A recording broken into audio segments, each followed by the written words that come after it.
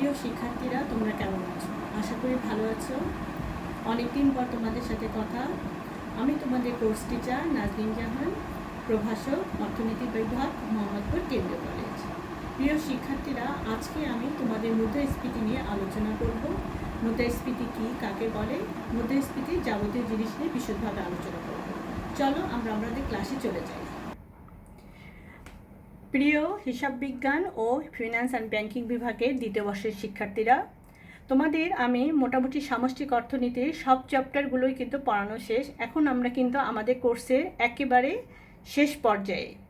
আজকে আমি তোমাদের মুদ্রাস্ফীতি বিষয় নিয়ে আলোচনা করব। এটা যেহেতু অনেক বড় চ্যাপ্টার, আমি তোমাদের পরপর দুটা ক্লাসে আমি এটা শেষ করার চেষ্টা করব।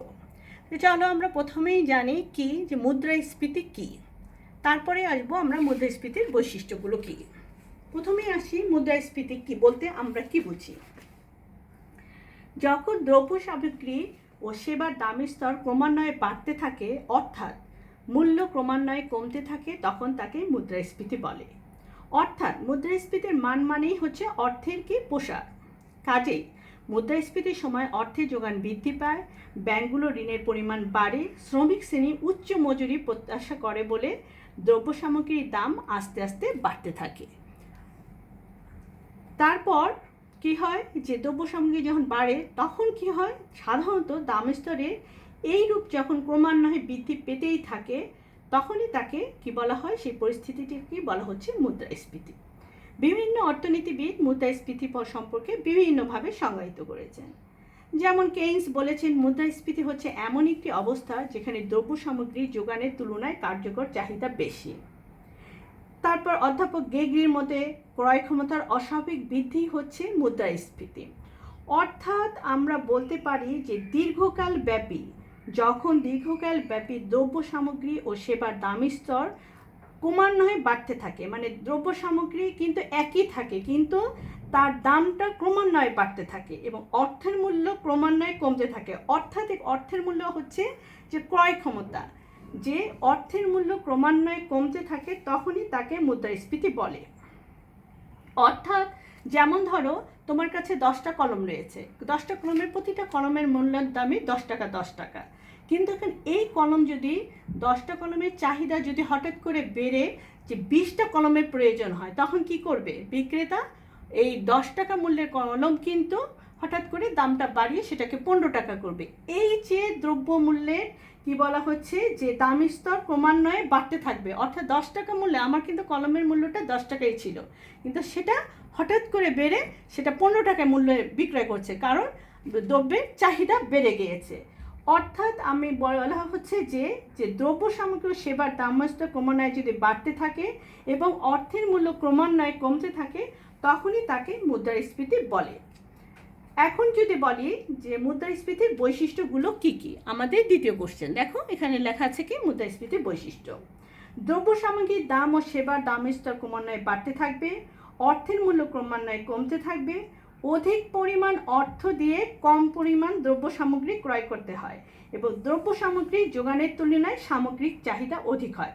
অর্থাৎ আমরা যে মুদ্রাস্ফীতি বলতে কি বুঝি বা মুদ্রাস্ফীতি কি, এই সংজ্ঞার মধ্যেই কিন্তু মূলত আমাদের বৈশিষ্ট্যগুলো অন্তর্নিহিত রয়েছে। এরপরে আসি মুদ্রাস্ফীতির প্রকারভেদ কি।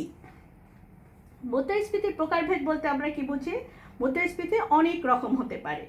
যেমন ধরো ঘাটতি ব্যয়জনিত মুদ্রাস্ফীতি। প্রাকৃতিক দুর্যোগে কোনো অঞ্চল ধ্বংস হলে ওই অঞ্চলে আর্থসামাজিক ও উন্নয়ন পরিকল্পনা বাস্তবায়নের জন্য সরকার ঘাটতি ব্যয় নীতি গ্রহণ করে।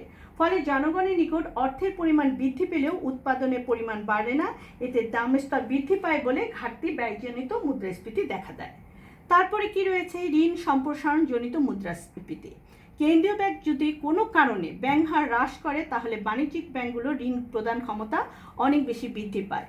ফলে দেশের বাণিজ্যিক ব্যাংকগুলোর ঋণ প্রদান ক্ষমতা ক্রমাগত বৃদ্ধি পাওয়ার দরুন জনগণের নিকট নগদ অর্থের পরিমাণ বেড়ে যায়। এরপরে কি মুদ্রাজনিত মুদ্রাস্ফীতি। দেশে হঠাৎ করে যুদ্ধ বেঁধে গেলে তখন সরকারের অতিরিক্ত অর্থের প্রয়োজন হয়। সেক্ষেত্রে সরকারের যুদ্ধের অতিরিক্ত ব্যয় নির্বাহের জন্য নতুন টাকা ছাপিয়ে বাজারে ছাড়ে। ফলে অর্থের পরিমাণ বেড়ে যাওয়ার জন্য যে মুদ্রাস্ফীতির সৃষ্টি হয় তাকে মুদ্রাজনিত মুদ্রাস্ফীতি বলে। অতি উন্নফন মুদ্রাস্ফীতি, দামস্তর যখন ক্রমবর্ধমান হারে লাফিয়ে লাফিয়ে বাড়তে থাকে তখন তাকে অতি উন্ফলন মুদ্রাস্ফীতি বলে। দামস্তর যখন ক্রমবর্ধমান হারে লাফিয়ে লাফিয়ে বাড়তে থাকে তখন তাকে কি বলা হয়? অতি উন্নফন মুদ্রাস্ফীতি বা হাইপার ইনফ্লেশন বলা হয়। এরপরে আসি প্রত্যাশিত মুদ্রাস্ফীতি বলতে কি বোঝায় বা এক্সপেক্টেড ইনফ্লেশন। যখন জনগণ আগে থেকে ভবিষ্যৎ দ্রব্য সামগ্রীর দামের স্তর ও মুদ্রাস্ফীতি সম্পর্কে অনুমান করতে পারে তখন তাকে প্রত্যাশিত মুদ্রাস্ফীতি বা এক্সপেক্টেড ইনফ্লেশন বলা হয়। এরপরে আসে অপ্রত্যাশিত বা আনএক্সপেক্টেড ইনফ্লেশন। যখন জনগণ আগে থেকে ভবিষ্যৎ দ্রব্য সামগ্রীর দামের স্তর মুদ্রাস্ফীতি সম্পর্কে কিছুই অনুমান করতে পারে না এবং হঠাৎ করে দ্রব্য সামগ্রীর দামের স্তর বেড়ে যায় তাকে অপ্রত্যাশিত মুদ্রাস্ফীতি বলে।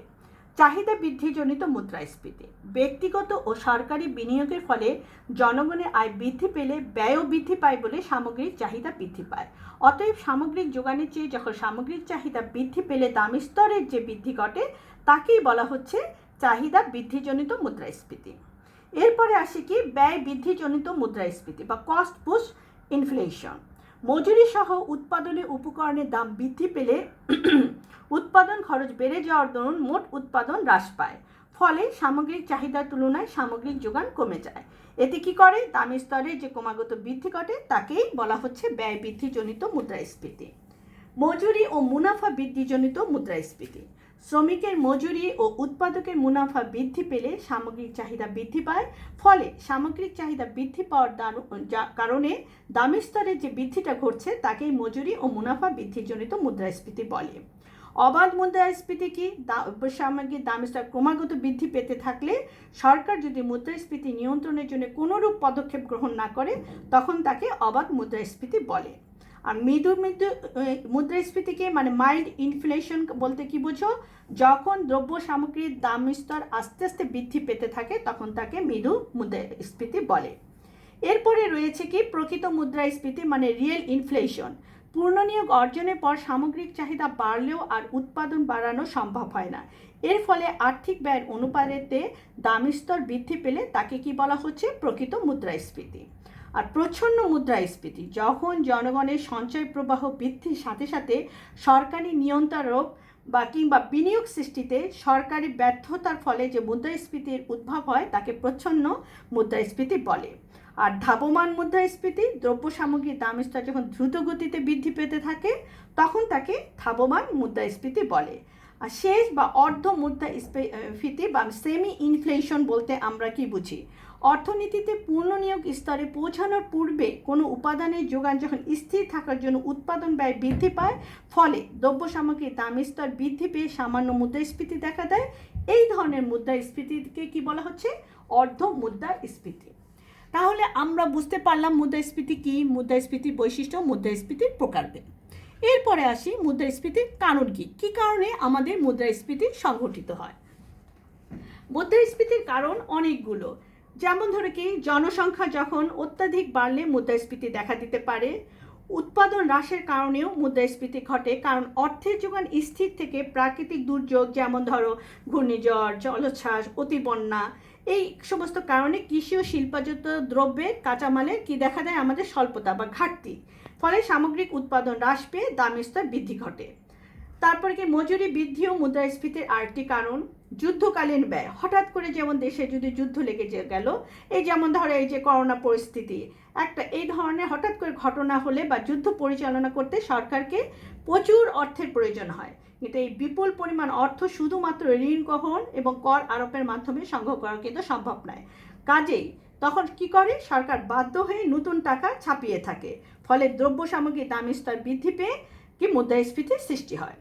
চোরাচালান এবং মজুতদারও কারণেও মুদ্রাস্ফীতির জন্য অনেকটা দায়ী, কারণ চোরা কারবারে অধিক মুনাফার প্রত্যাশায় দেশে উৎপাদিত দ্রব্য সামগ্রী বিদেশে বাজার করে দ্রব্য সামগ্রীর ঘাটতি করে, আর দ্রব্য সামগ্রীর ঘাটতি করলেই কি তখন কি দাম অটোমেটিকই বেড়ে যায়, মানে চাহিদার তুলনায়, জনগণের চাহিদার তুলনায় দ্রব্যের যোগান হ্রাস পায়, ফলে দাম স্তর বৃদ্ধি পায় আর ঘটে মুদ্রাস্ফীতি। ভবিষ্যৎ দাম বৃদ্ধির সম্ভাবনার থেকেও অনেক সময় কি সেই দ্রব্যের ভোগের পরিমাণ বেড়ে যায়, ফলে দ্রব্য সামগ্রীর দামের স্তর বৃদ্ধি পাবে এবং দেখা দিবে মুদ্রাস্ফীতি। অর্থের পরিচালন গতি যত বাড়তে থাকে মানুষের ভোগ ব্যয়ের পরিমাণও তত বাড়তে থাকে। এ কারণেও কী হয়, ভোগ ব্যয় বাড়ে, ফলে দামের স্তর বাড়ে আর দেখা দেয় মুদ্রাস্ফীতি। এরপরে আসি দেনা পাওনার হিসাব উদ্বৃত্ত। কোনো দেশের আমদানি রপ্তানির ক্ষেত্রে বা বৈদেশিক বাণিজ্যের ক্ষেত্রে উদ্বৃত্ত দেখা দিলে ওই দেশের জনগণের কী করে, ক্রয় ক্ষমতা অস্বাভাবিক বৃদ্ধি পায়, ফলে উৎপাদন ওই হারে না বাড়ায় দেখা দেয় মুদ্রাস্ফীতি। সামাজিক এবং রাজনৈতিক অস্থিতিশীলতা বিরাজ করলে মুদ্রাস্ফীতি দেখা দেয়। ঋণের পরিমাণ যদি বৃদ্ধি পায়, মানে কেন্দ্রীয় ব্যাংক যদি কোনো কারণে ব্যাংক হার হ্রাস করে, তাহলে বাণিজ্যিক ব্যাংকগুলোর ঋণদান ক্ষমতা বৃদ্ধি পায়, ফলে দেশের বাণিজ্যিক ব্যাংকগুলো অধিক হারে ঋণ প্রদান করে এবং জনগণের নিকট নগদ অর্থের পরিমাণ হঠাৎ করে বৃদ্ধি পেয়ে যায়, ফলে দ্রব্য সামগ্রীর দাম স্তর বেড়ে যায়, দেখা দেয় মুদ্রাস্ফীতি। আরও কি রয়েছে, যেমন প্রাকৃতিক দুর্যোগ, বিভিন্ন ধরনের, একটু আগে বললাম প্রাকৃতিক দুর্যোগ, অতিবৃষ্টি, অনাবৃষ্টি, খরা, ভূমিকম্প, এ কারণেও উৎপাদন ব্যাহত হলে দ্রব্য সামগ্রীর যোগান হ্রাস পায়। এরপরে আসি কি, উপকরণ যোগানের স্বল্পতা। উৎপাদনের প্রয়োজনীয় উপকরণ, বিশেষ করে যেমন উপকরণগুলো কি, বিদ্যুৎ, ডিজেল, পেট্রোল, গ্যাস, তারপর শ্রমও হতে পারে, এর যোগানের কোনো কারণে হ্রাস পেলে উৎপাদন মারাত্মকভাবে ব্যাহত হয়, ফলে চাহিদার তুলনায় যোগান কমে, আর যোগান কমে হলে দামের স্তর বৃদ্ধি পায়, ঘটে মুদ্রাস্ফীতি। ব্যয়যোগ্য আয় বৃদ্ধি, যদি কোনো কারণে জনগণের ব্যয়যোগ্য আয় বৃদ্ধি পায় তাহলেও মুদ্রাস্ফীতি ঘটে। সরকার অনেক সময় উন্নয়ন পরিকল্পনা বাস্তবায়নের চেয়ে আয়ের চেয়ে কী করে, বেশি ব্যয় করে, অর্থাৎ ঘাটতি বাজেট নীতি অনুসরণ করে, ফলে সরকারের অধিক অর্থের প্রয়োজন হয়, যা সংগ্রহ করতে ঋণ গ্রহণ বা নতুন নোট ছাপিয়ে থাকে। আর এই ঘাটতি বাজেট নীতি অনুসরণের ফলে অর্থের যোগান বৃদ্ধি পায়, ঘটে মুদ্রাস্ফীতি। অর্থের যোগান বৃদ্ধি পেলে বা বেড়ে গেলে তখন জনগণের ক্রয় ক্ষমতা বাড়ে, ফলে জনগণের সামগ্রিক চাহিদা বৃদ্ধি পায়, আর সামগ্রিক চাহিদার সাথে সামঞ্জস্য রেখে সামগ্রিক যোগান বাড়ানো সম্ভব হয় না, ফলে দেখা দেয় মুদ্রাস্ফীতি। কর হ্রাস, যদি সরকার করের পরিমাণ হ্রাস করে তাহলে জনগণের প্রকৃত আয় কি বেড়ে যায়, ফলে জনগণের নিকট নগদ অর্থ জমা থাকে বলে সামগ্রিক চাহিদা বৃদ্ধি পায়।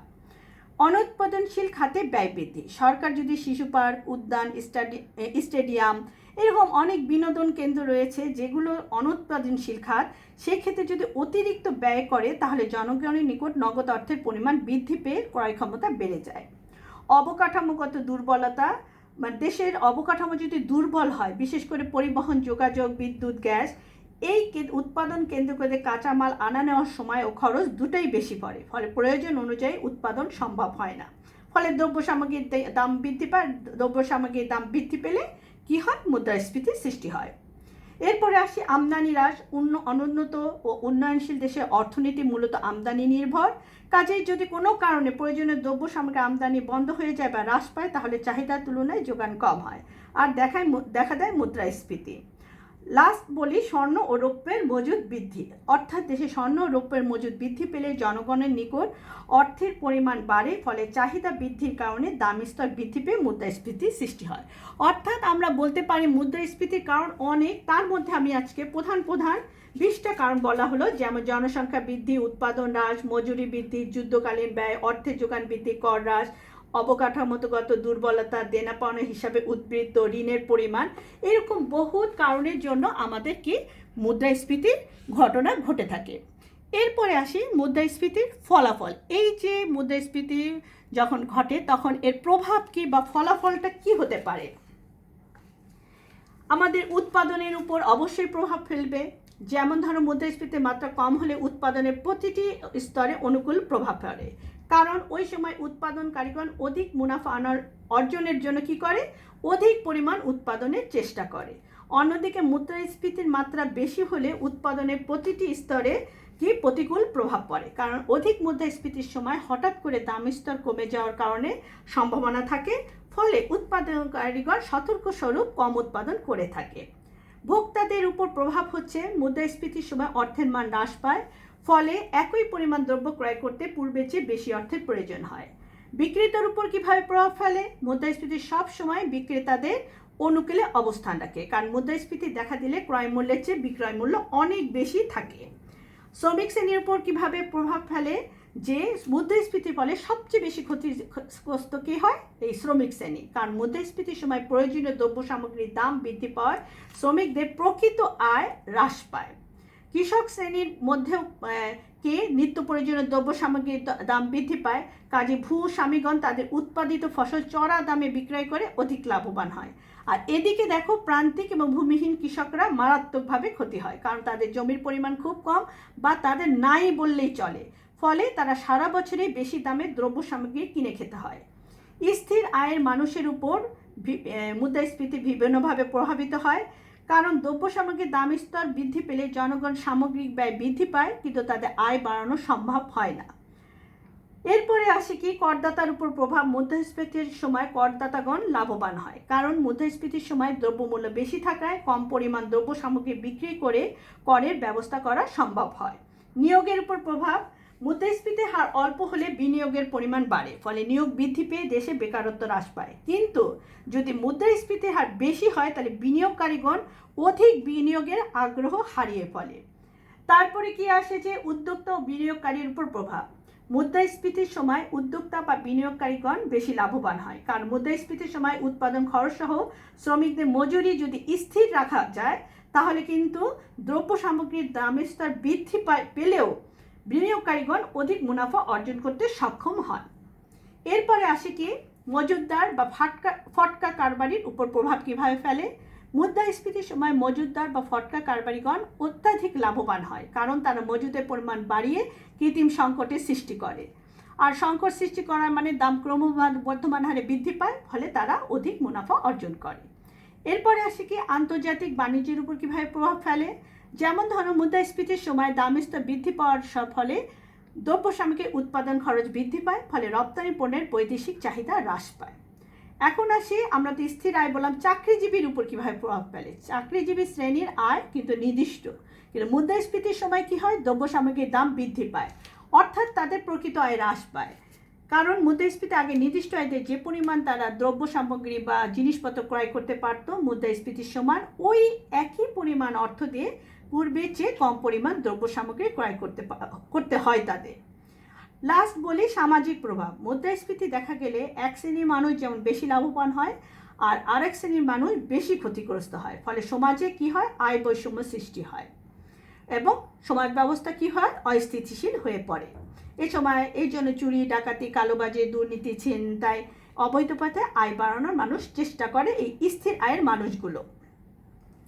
তাই আমরা মুদ্রাস্ফীতির ফলাফল বা প্রভাব আমরা আলোচনার পরিপ্রেক্ষিতে বলতে পারি যে অর্থনৈতিক দিক থেকে মুদ্রাস্ফীতির যেমন প্রয়োজন রয়েছে, তেমনি আবার সামাজিক ও রাজনৈতিক দিক থেকেও বিবেচনার বিষয়। অর্থাৎ কম মাত্রার মুদ্রাস্ফীতি আর্থসামাজিক ও রাজনৈতিক দিক থেকে গ্রহণযোগ্য হলেও উচ্চমাত্রার মুদ্রাস্ফীতির যন্ত্রণাদায়ক পরিস্থিতি আমাদের কিন্তু কাম্য হতে পারে না।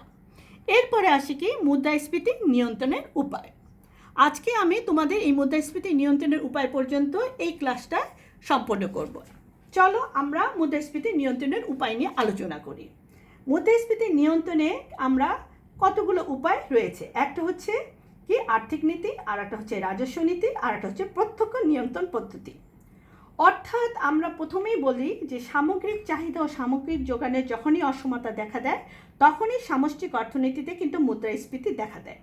কাজেই সামগ্রিক চাহিদা ও সামগ্রিক যোগানের সমতা নিশ্চিত করার জন্য অর্থের যোগান, দাম স্তর, ভোগ স্তর এবং উৎপাদন এই চলকগুলোকে নিয়ন্ত্রণ রাখতে হবে, ফলে মুদ্রাস্ফীতি অনেকটাই নিয়ন্ত্রণে চলে আসবে। আর এই মুদ্রাস্ফীতি নিয়ন্ত্রণের যে উপায়গুলো বললাম, আর্থিক নীতি, রাজস্ব নীতি, প্রত্যক্ষ নিয়ন্ত্রণ পদ্ধতি। প্রথমেই আমরা আলোচনা করি আর্থিক নীতি নিয়ে বা মনিটারি পলিসি। মনিটারি পলিসিটা কি আগে জানি। আর্থিক নীতির মাধ্যমে মুদ্রাস্ফীতি নিয়ন্ত্রণ করা যায়। অর্থনীতিতে মুদ্রাস্ফীতির সৃষ্টির অন্যতম কারণ হলো অর্থের যোগান বৃদ্ধি। কাজেই কেন্দ্রীয় ব্যাংক আর্থিক নীতির মাধ্যমে অর্থের যোগান হ্রাস করে মুদ্রাস্ফীতি নিয়ন্ত্রণ করে থাকে। কেন্দ্রীয় ব্যাংক আর্থিক নীতির মাধ্যমে মুদ্রাস্ফীতি নিয়ন্ত্রণের লক্ষ্যে কতগুলো পদক্ষেপ গ্রহণ করে। যেমন ব্যাংক হার বৃদ্ধি। কেন্দ্রীয় ব্যাংক সরকারি ঋণপত্র জমা দিয়ে বাণিজ্যিক ব্যাংকগুলোকে যে সুদের হারে অর্থ ধার দেয় তাকেই বলা হচ্ছে ব্যাংক হার। অর্থাৎ কেন্দ্রীয় ব্যাংক তার ব্যাংক হার বৃদ্ধি করলে বাণিজ্যিক ব্যাংকগুলো তার সুদের হার বৃদ্ধি করে, ফলে জনগণ বাণিজ্যিক ব্যাংকগুলো থেকে কম পরিমাণ ঋণ গ্রহণ করবে। কাজে অর্থের যোগান হ্রাস পেয়ে মুদ্রাস্ফীতি অটোমেটিকই নিয়ন্ত্রণে চলে আসবে। এরপরে আসে কি খোলা বাজার ঋণপত্র বিক্রয়। কেন্দ্রীয় ব্যাংক মুদ্রাস্ফীতি নিয়ন্ত্রণের জন্য খোলা বাজারে জনগণ বা বাণিজ্যিক ব্যাংকের নিকট ঋণপত্র বিক্রয় করে থাকে। নগদ রিজার্ভ অনুপাত বৃদ্ধি। বিভিন্ন বাণিজ্যিক ব্যাংক তাদের আমানতে যে নির্দিষ্ট পরিমাণ অর্থ কেন্দ্রীয় ব্যাংকের নিকট জমা রাখে তাকে রিজার্ভ অনুপাত বলে। কেন্দ্রীয় ব্যাংক যদি তার রিজার্ভ অনুপাত বৃদ্ধি করে তাহলে প্রত্যেকটি বাণিজ্যিক ব্যাংক কি করে, বাধ্যতামূলকভাবে বা অবশ্যম্ভাবীভাবে তার রিজার্ভ বাড়ানোর জন্য ওই হারে নগদ অর্থ কেন্দ্রীয় ব্যাংকে জমা রাখে। ফলে বাণিজ্যিক ব্যাংকগুলোর নগদ অর্থের পরিমাণ অটোমেটিকই কমে গিয়ে ঋণদান ক্ষমতা হ্রাস পায়।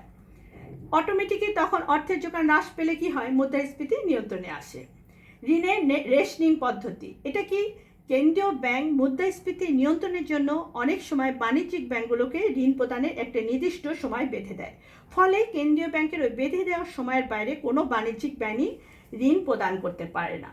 নির্বাচনমূলক ঋণ প্রদান। কেন্দ্রীয় ব্যাংক গুরুত্বপূর্ণ বিশেষ কতগুলো ক্ষেত্রে ঋণ প্রদানের জন্য বাণিজ্যিক ব্যাংকগুলোকে নির্দেশ দিতে পারে। ভোগদ্রব্য ক্রয়ে ব্যবহৃত ঋণ নিয়ন্ত্রণ। ভোগদ্রব্য ক্রয়ে ব্যবহৃত ঋণ নিয়ন্ত্রণ করেও মুদ্রাস্ফীতি নিয়ন্ত্রণ করা যায়। আর বন্ধকি ঋণের নগদাংশ পরিবর্তন। এটা কি, শেয়ার বাজারে কোনো সময় ফটকা কারবারি বা দালাল তার শেয়ার বা দ্রব্য ব্যাংকে বন্ধক রেখে ঋণ গ্রহণ করে থাকে, কিন্তু ব্যাংক যে মূল্যে শেয়ার বা দ্রব্য বন্ধক রেখে তার চেয়েও কম পরিমাণ নগদ অর্থ শেয়ারের মালিককে ঋণ হিসাবে প্রদান করে। ফলে বাকি যে মূল্য ব্যাংক বন্ধককৃত শেয়ারের সাথে থেকে যায় তাকেই বন্ধকি ঋণের নগদাংশ বলা হয়। আমরা এতক্ষণ আর্থিক নীতির পদ্ধতিগুলো বললাম যে কিভাবে মুদ্রাস্ফীতি নিয়ন্ত্রণ আসে। এরপরে আসি রাজস্ব নীতি। রাজস্ব নীতি কি, অর্থনীতিতে যে শাখায় সরকারের আয় ব্যয় বা ঋণ সংক্রান্ত নীতি নিয়ে আলোচনা করে তাকেই বলা হচ্ছে রাজস্ব নীতি। অর্থাৎ সরকার ব্যয় যদি হ্রাস করা হয় তাহলে অতিরিক্ত ব্যয়ের কারণেও কিন্তু সরকারের অতিরিক্ত ব্যয়ের কারণে মুদ্রাস্ফীতির সৃষ্টি হয়। কাজেই সরকার যদি তার বিনিয়োগ ব্যয় হ্রাস করে তাহলে মূল্যস্তর কমে যায়। করের পরিমাণ বৃদ্ধি করে জনগণের ব্যয় সংকোচন করতে পারে। সরকার ঋণপত্র জনগণের নিকট ঋণপত্র বিক্রয় বা জনগণের নিকট হতে ঋণ গ্রহণ করতে পারে। হস্তান্তর ব্যয়ের ফলে সরকারি অর্থ জনগণের হাতে চলে যায়। কাজেই সরকার মুদ্রাস্ফীতি নিয়ন্ত্রণের জন্য তার হস্তান্তর ব্যয় হ্রাস করে জনগণের ক্রয় ক্ষমতা কমিয়ে আনে। সাময়িক পেনশন বন্ধ বা হ্রাস, মানে সরকার যদি মুদ্রাস্ফীতি নিয়ন্ত্রণের জন্য অবসরপ্রাপ্ত ব্যক্তিদের পেনশনের নগদ অর্থ প্রদান সাময়িকভাবে বন্ধ করতে পারে, ফলে তাদের ক্রয় ক্ষমতা হ্রাস পেয়ে মুদ্রাস্ফীতি কি অনেকটা নিয়ন্ত্রণে আসবে। আর শেষে বলা যায় বাধ্যতামূলক সঞ্চয়। অর্থাৎ দেশে যদি মুদ্রাস্ফীতি দেখা দেয় তাহলে সরকার জনগণকে বাধ্যতামূলকভাবে সঞ্চয় করাতে পারে। এখন তাহলে আমরা রাজস্ব নীতির ক্ষেত্রে সরকার হচ্ছে সরকারি ব্যয় হ্রাস করে, করের পরিমাণ বৃদ্ধি করে, সরকারি ঋণপত্র বিক্রয় করে, হস্তান্তর ব্যয় হ্রাস করে, সাময়িক পেনশন বন্ধ বা হ্রাস করে এবং বাধ্যতামূলক সঞ্চয় করে, মানে জনগণকে বাধ্যতামূলক সঞ্চয় করিয়ে কি আমরা মুদ্রাস্ফীতি নিয়ন্ত্রণে আসি। শেষ পদ্ধতি কি, প্রত্যক্ষ নিয়ন্ত্রণ পদ্ধতি। এটা কি, এখানে হচ্ছে সরকার মুদ্রাস্ফীতি নিয়ন্ত্রণের জন্য আর্থিক নীতি ও রাজস্ব নীতি ছাড়াও এই পদ্ধতির সাহায্য নিয়ে থাকে। যেমন ধরো কিভাবে, দ্রব্যের সর্বোচ্চ মূল্য নির্ধারণ ও রেশনিং ব্যবস্থা। অর্থাৎ মুদ্রাস্ফীতি নিয়ন্ত্রণের জন্য সরকার নিত্য প্রয়োজনীয় যে দ্রব্য সামগ্রী রয়েছে সেটা সর্বোচ্চ মূল্য নির্ধারণ করে দিতে পারে। ফলে ওই সকল যে নিত্য প্রয়োজনীয় দ্রব্য সামগ্রী সরকারের নিয়ন্ত্রণের অধীনে ন্যায্য মূল্যে বিভিন্ন দোকানের মাধ্যমে বা রেশনিং ব্যবস্থার মাধ্যমে বিক্রয় ব্যবস্থা করতে হবে। মজুরি নিয়ন্ত্রণ করতে হবে। দেশে যদি মুদ্রাস্ফীতি দেখা দেয় তাহলে বিভিন্ন প্রতিষ্ঠানের শ্রমিক সংঘগুলো যে মালিক পক্ষকে চাপের মাধ্যমে মজুরি বাধ্য করে, ফলে কি আমাদের উৎপাদনে মানে কি ব্যয় বৃদ্ধি পেয়ে দ্রব্য সামগ্রীর দাম বেড়ে যায়। এই জন্য সরকার আইন করে মজুরি নির্ধারণ করে দিলে মুদ্রাস্ফীতি নিয়ন্ত্রণ হবে। উৎপাদনের পরিমাণ বৃদ্ধি করতে হবে। অর্থাৎ যদি সরকার উৎপাদন বৃদ্ধি লোকে দেশের অব্যবহৃত যে সম্পদগুলো পড়ে আছে ব্যবহারের মাধ্যমে উৎপাদন বৃদ্ধি করে তাহলে মুদ্রাস্ফীতি নিয়ন্ত্রণে আসবে। ফটকা কারবার নিয়ন্ত্রণের মাধ্যমে মুদ্রাস্ফীতি নিয়ন্ত্রণ করা যায়। প্রচলিত মুদ্রা বাতিল ঘোষণা করা, অর্থাৎ মুদ্রাস্ফীতির নিয়ন্ত্রণের বাইরে চলে গেলে সরকার যদি প্রচলিত মুদ্রা আংশিক বাতিলের মাধ্যমে মুদ্রাস্ফীতি নিয়ন্ত্রণ করতে পারে। আর লাস্ট কি, আমদানি বৃদ্ধি। মুদ্রাস্ফীতির সময় নিত্য প্রয়োজনীয় দ্রব্য সামগ্রীর চাহিদা বৃদ্ধি পাওয়ার কি হঠাৎ করে দ্রব্যের দাম বেড়ে যায়। কাজেই যোগান বৃদ্ধি লক্ষ্যে যদি দেশের ভিতরে বাড়তি উৎপাদনে সম্ভব যদি না হয় সরকারের বা জনগণের, বিদেশ থেকে যদি আমরা পর্যাপ্ত পরিমাণে আমদানি করে চাহিদা তাহলে হ্রাস পাবে এবং মুদ্রাস্ফীতি নিয়ন্ত্রণে চলে আসবে। কাজেই আমরা দেখতে পাচ্ছি যে মুদ্রাস্ফীতি নিয়ন্ত্রণের অনেকগুলো পদ্ধতি বিদ্যমান। কাজেই যে কোনো একটি পদ্ধতি ব্যবহার করে সম্পূর্ণভাবে মুদ্রাস্ফীতি নিয়ন্ত্রণ সম্ভব নাও হতে পারে। কাজেই সরকারকে প্রতিটি পদ্ধতির যথাযথ প্রয়োগের মাধ্যমে মুদ্রাস্ফীতি নিয়ন্ত্রণের চেষ্টা করতে হবে। অর্থাৎ পদ্ধতিগুলো আবারও বলছি যে মুদ্রাস্ফীতি নিয়ন্ত্রণের উপায় কি, যে তিনটা পদ্ধতি, একটা আর্থিক নীতি, আর একটা রাজস্ব নীতি, আর একটা কি প্রত্যক্ষ নিয়ন্ত্রণ পদ্ধতি। তিনটা পদ্ধতির মাধ্যমে আমরা কি করতে পারি, মুদ্রাস্ফীতি নিয়ন্ত্রণ করতে পারি। সুপ্রিয় শিক্ষার্থীরা, আশা করি তোমরা মুদ্রাস্ফীতি সম্বন্ধে বেসিক জিনিসগুলো তোমাদেরকে আজকে আমি জানাতে পারলাম। ইনশাল্লাহ পরবর্তী ক্লাসে আমি মুদ্রাস্ফীতির হার, চাহিদা বৃদ্ধিজনিত মুদ্রাস্ফীতি, খরচ বৃদ্ধিজনিত মুদ্রাস্ফীতি, মুদ্রাস্ফীতি কি সর্বদাই খারাপ, আর মুদ্রাস্ফীতির ব্যবধান, এগুলো গ্রাফিক্যাল চিত্রের মাধ্যমে আমি তোমাদের বিশদভাবে আলোচনা করব। তোমাদের পরবর্তী ক্লাসে দেখার আমন্ত্রণ জানিয়ে আজকের ক্লাস এখানেই শেষ করছি। তোমরা ভালো থেকো, সুস্থ থেকো। ধন্যবাদ।